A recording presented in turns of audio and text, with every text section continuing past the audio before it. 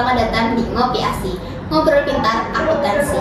Tempat di mana akuntansi jadi lebih mudah dan menyenangkan. Bersama saya Tisa Septianti sebagai host, dan narasumber kita kali ini ada Kak Ania dan juga Kak Tias yang akan siap menemani kalian membahas berbagai topik seputar akuntansi. Jadi siapkan catatan kalian karena di sini kita belajar bersama dengan santai tapi tetap informatif. Yuk langsung aja kita mulai. Kali ini kita akan membahas mengenai ekuitas dan kita akan mulai dengan bentuk perusahaan. Jadi apa aja nih bentuk-bentuk perusahaan itu? Nah, sebelum menjelaskan bentuk-bentuk perusahaan nih, kalian tahu nggak apa itu perusahaan? Jadi perusahaan itu di mana tempat terjadinya kegiatan produksi sebuah barang atau jasa. Dalam sebuah perusahaan, semua faktor produksi ini berkumpul, mulai dari tenaga kerja, modal, sumber daya, alam, dan kewirausahaan. Terus, dalam perusahaan itu juga ada beberapa jenis, mulai dari perusahaan jasa, perusahaan dagang, dan perusahaan manufaktur. Mungkin bisa dijelasin nih secara singkat apa itu perusahaan jasa, perusahaan dagang, dan perusahaan manufaktur. Oke, aku jelasin ya. Yang pertama itu adalah perusahaan jasa. Perusahaan jasa itu adalah perusahaan yang menyediakan layanan ataupun keahlian tertentu. Contohnya kantor akuntan dan pengacara.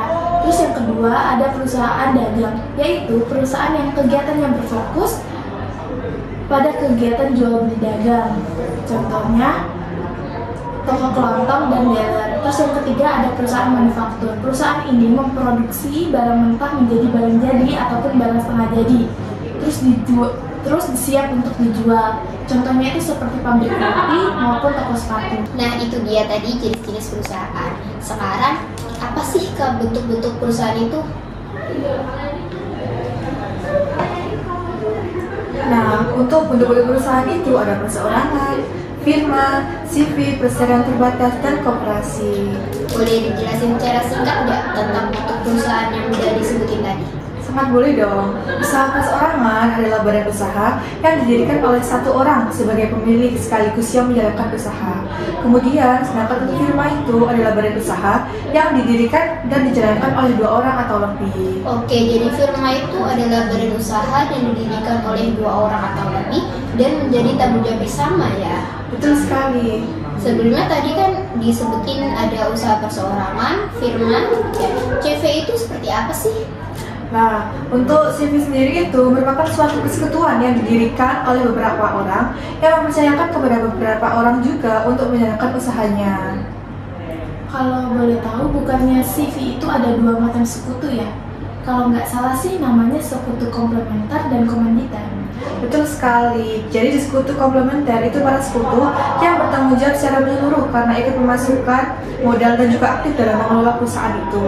Sedangkan untuk sekutu komanditer itu para sekutu yang bertanggung jawab terbatas karena hanya memasukkan modal saja tapi tidak aktif dalam manajemen perusahaannya. Wah, menarik sekali nih. Kalau untuk yang perseroan terbatas sama koperasi itu gimana ya? Lalu, untuk perseroan terbatas itu dapat diartikan badan usaha yang berbentuk badan hukum yang didirikan berdasarkan perjanjian dan melakukan kegiatan jual usaha dengan modal dasar yang seluruhnya terbagi dalam saham-saham, di mana para pemilik modal ini mempunyai tanggung jawab sesuai dengan besar saham miliknya. Kemudian yang terakhir adalah koperasi, di mana badan usaha yang dibentuk sekelompok orang atau masyarakat dengan asas kekeluargaan yang memiliki tujuan untuk kepentingan bersama. Wah, menarik sekali nih bukan? Itu dia materi kita terkait topik bentuk-bentuk perusahaan. Selanjutnya kita akan beralih ke topik penerbitan saham. Nah, kali ini aku punya studi case nih. Studi kasus penerbitan saham PT Excellencia untuk ekspansi bisnis. Kakak, tadi pembelajaran di sekolahku tentang penerbitan saham, kakak bisa kasih contoh nggak ya? Wow, cepet banget sudah sampai situ materi pembelajaranmu ya. Oke, misalnya PT XYZ adalah perusahaan manufaktur yang bergerak di bidang produksi makanan ringan. Perusahaan ini telah beroperasi selama 10 tahun dan memiliki pangsa pasar yang cukup besar di wilayahnya. Namun, PT XYZ memiliki ambisi untuk memperluas jangkauan bisnisnya ke wilayah lain dan meningkatkan kapasitas produksinya. Untuk mencapai tujuan ini, PT XYZ membutuhkan dana tambahan. Salah satu cara yang dipilih adalah dengan menerbitkan saham baru. Tujuan penerbitan saham PT XYZ untuk membangun pabrik baru. PT XYZ berencana membangun pabrik baru yang lebih besar dan modern untuk meningkatkan kapasitas produksinya. Memperluas jaringan distribusi. PT XYZ ingin memperluas jaringan distribusinya ke wilayah lain dengan membuka cabang atau menjalin kerjasama dengan distributor lokal. Meningkatkan modal kerja, PT XYZ membutuhkan modal kerja tambahan untuk membeli bahan baku, membayar gaji karyawan, dan biaya operasional lainnya. Jenis saham yang diterbitkan PT XYZ memutuskan untuk menerbitkan saham biasa karena jenis saham ini memberikan fleksibilitas yang lebih besar dalam pengelolaan perusahaan. Saham biasa juga menarik bagi investor karena potensi pertumbuhan nilai saham dan dividen di masa depan. Wow! Kalau dari informasi yang sudah diberikan, kira-kira bagaimana nih proses penerbitan saham? Proses penerbitan saham PT XYZ mengikuti proses penerbitan saham yang diatur oleh Peraturan Pasar Modal. Proses ini meliputi rapat umum pemegang saham, RUPS. RUPS menyetujui rencana penerbitan saham baru dan menentukan jumlah saham yang akan diterbitkan, harga saham, dan pihak yang akan bertindak sebagai penjamin emisi, underwriter.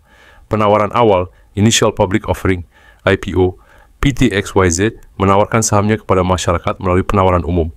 Investor dapat membeli saham PT X Yuda Zeta melalui broker saham yang ditunjuk. Pencatatan di Bursa Efek, setelah proses IPO selesai, saham PT XYZ dicatatkan di Bursa Efek sehingga dapat diperdagangkan secara publik. Hasil penerbitan saham PT XYZ berhasil menerbitkan saham baru dan mendapatkan dana yang dibutuhkan untuk ekspansi bisnisnya. Jadi seperti itu ya proses penerbitan saham. Terus apa kira-kira dampak dari penerbitan saham? Dampak penerbitan saham baru memberikan beberapa dampak bagi PT XYZ, antara lain dampak positif, PT XYZ mendapatkan dana yang dibutuhkan untuk ekspansi bisnisnya. Kapasitas produksi PT XYZ meningkat sehingga dapat memenuhi permintaan pasar yang lebih besar. Negatifnya, kepemilikan saham pemegang saham PT XYZ menjadi terdilusi karena adanya penerbitan saham baru.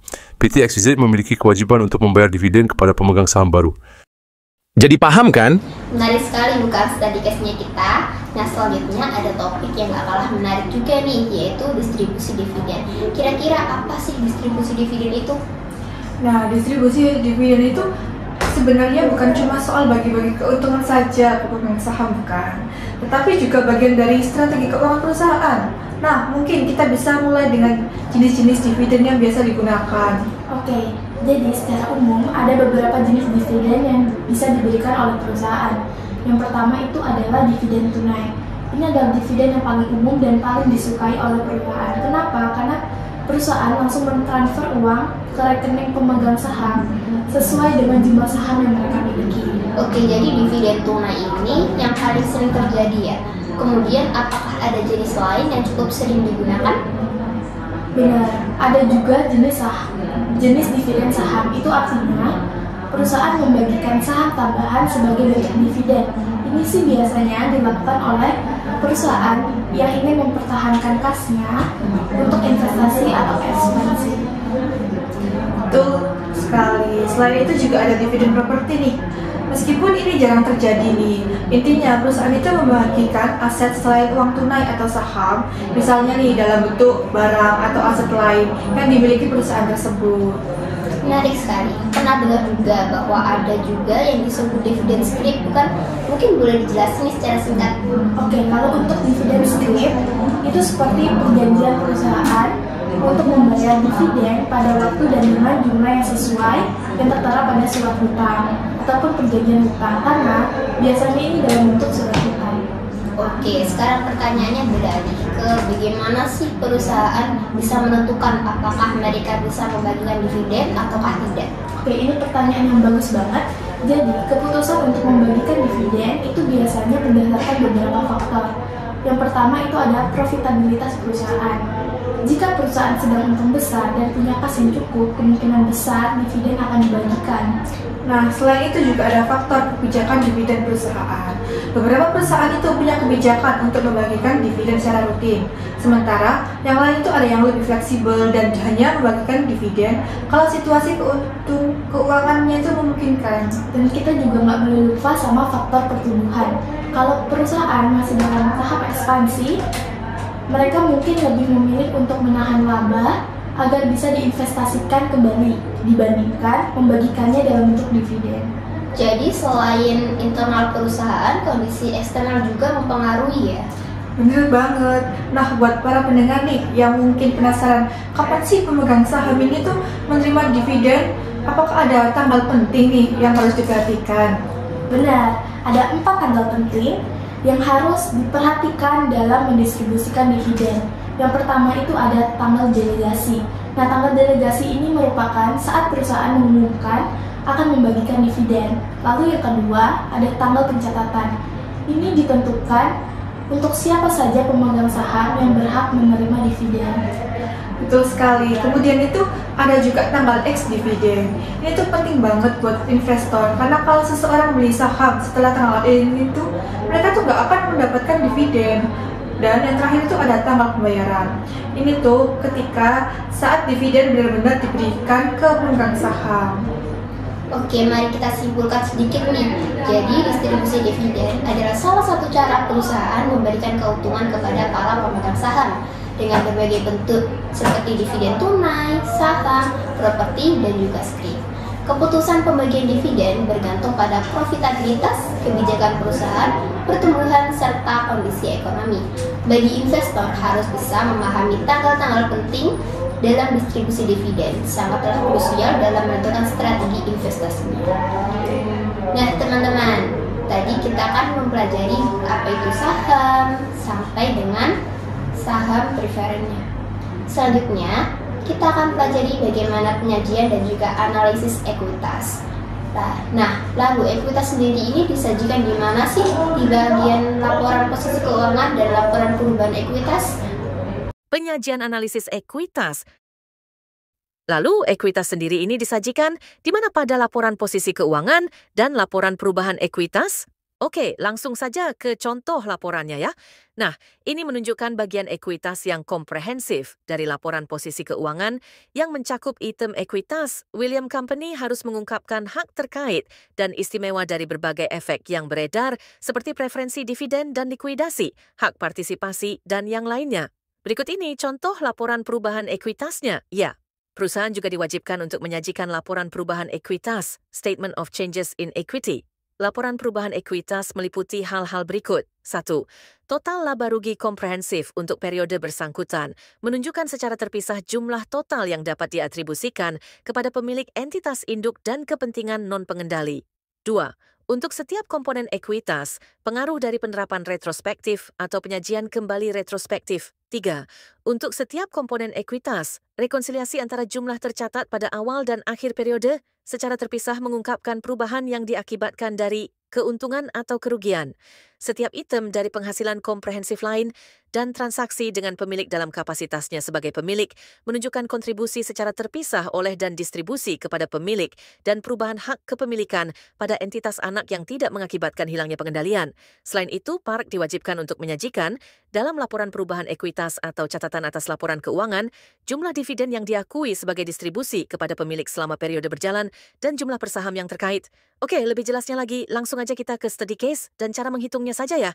PT XYZ memiliki ROE cukup baik, 25%, menandakan profitabilitas yang sehat. Kebijakan pembayaran dividen 40% menunjukkan keseimbangan antara membagikan keuntungan kepada pemegang saham dan mempertahankan laba untuk pertumbuhan.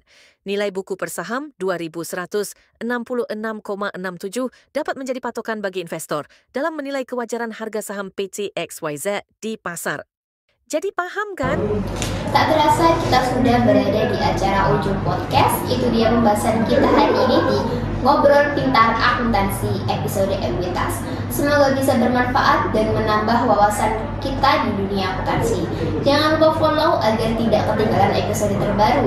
Dan kalau ada pertanyaan atau topik yang ingin dibahas, langsung aja tulis di kolom komentar ya. Sampai jumpa di episode berikutnya. Tetap semangat belajar dan ingat, akuntansi itu seru kalau kita pahami dengan baik. Ngopi asik, ngobrol pintar akuntansi. Bye.